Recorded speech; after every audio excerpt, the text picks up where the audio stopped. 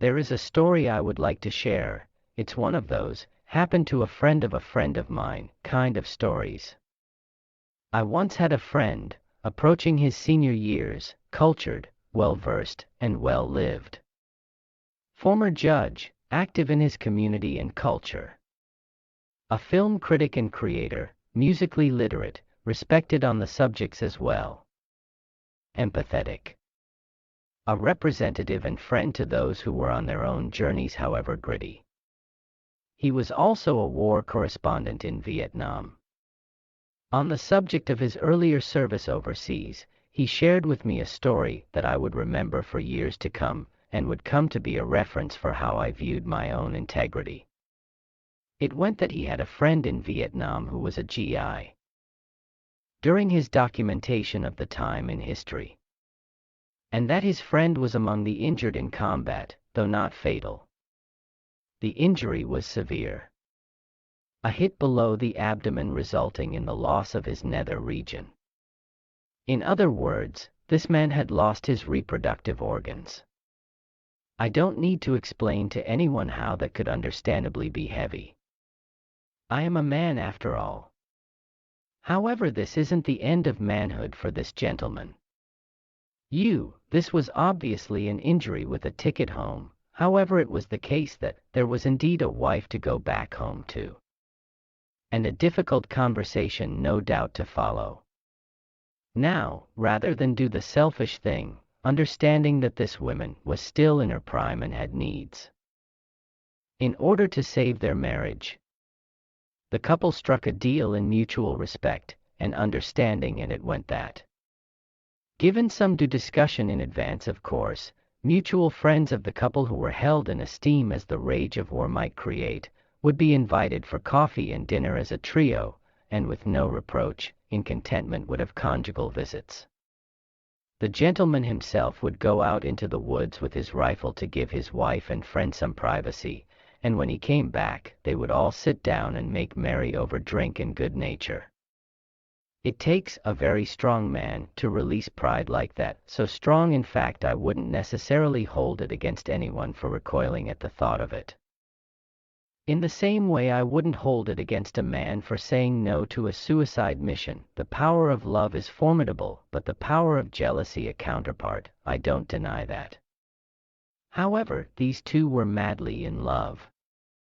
They stayed together, and I think it stands that whatever the measure of manhood was and could be, in solidarity let it be known that there were still measures of it that you and I could stand to learn from. That being said, an extreme set aside, where it was that love occurred, it is not the butterflies in our stomach. Or what that moment's worth of sensation was an indication of in a light. It takes time, maybe even some speed bump repairing. People do not become the mirrors of ourselves. They are themselves deeply imperfect, unstable in their own right. Finding those who are compatible with us is not as simple as finding a matching puzzle piece. Two identical pieces don't go together. We seek out that which we might admire, that which might make us insecure.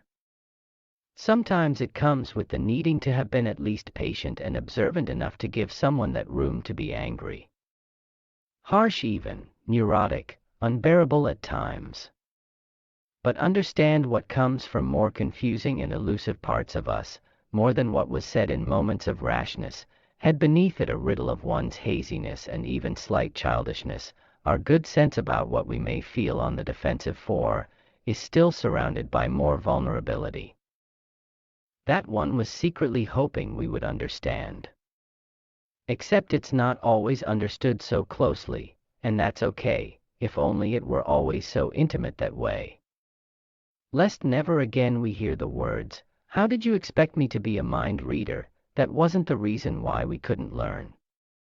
But this is a part of life that involves learning as well as teaching. We learn about ourselves in the midst of it all. Our own self-knowledge is useful in understanding another person. We change and grow over time. The point was to understand what it was about someone that made the whole element of growing up a dance ready to be danced. Ref. Alain de Botton, The School of Life, The Western world and the age's stance on this aspect of our lives did evolve well enough to a median of compromises that was not totally invalidating yet observing.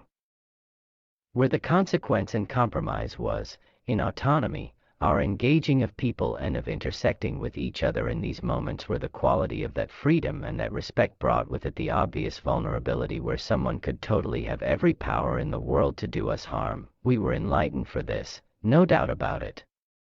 We observed agency at our most integral. We have all heard someone say to us that, you can't love someone if you can't love yourself, and then usually end up ignoring the advice. Our fears and insecurities may be numerous. We don't simply suggest that they not be there, we are pretending at that point. But it does carry with it a sabotaging in disguise, where how much we are insecure plays out in ways that tend to be straining. Our fear of someone's distancing from us may in fact be what creates the tension. A toxicity that becomes commonplace and neurotic. Jealousy where it isn't warranted. Though reminding of a true thought and feeling, requests for violence to demonstrate the point only should be a universal turn-off and a deal-breaker. Cheating is not always a maliciousness. It can come from what might be intimate and of quiet turbulence when one becomes confronted with the feeling of consumption or encroachment.